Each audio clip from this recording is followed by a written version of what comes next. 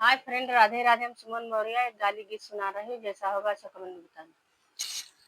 रोती समधी साले पीटथी कपार हो, बहिनिया हमरी भाग गईली। सुन थानेदार हो, बहिनिया हमरी भाग गईली। रोती समधी साले पीटथी कपार हो, बहिनिया हमरी भाग गईली। सुन थानेदार हो, बहिनिया हमरी भाग गईली।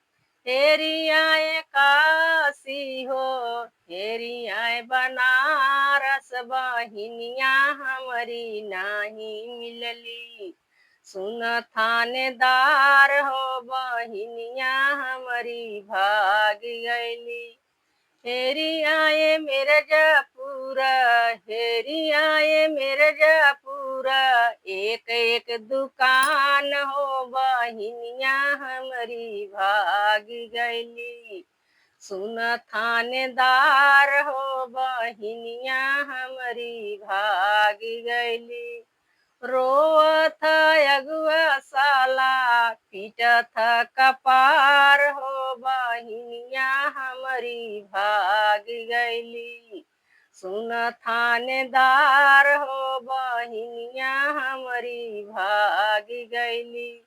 हेरी आए काशी हो, हेरी आए बनारस, बहिनिया हमरी नाही मिली। सुन थानेदार हो, बहिनिया हमरी नाही मिली।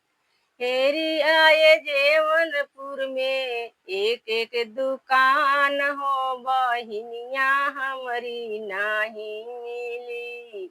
सुनो थानेदार हो, बहिनिया हमरी नाही मिली। रोती दुल्हा साला पीटथी कपार हो, बहिनिया हमरी भाग गईली। सुन थानेदार हो, बहिनिया हमरी भाग गईली। सुन थानेदार हो, बहिनिया हमरी भाग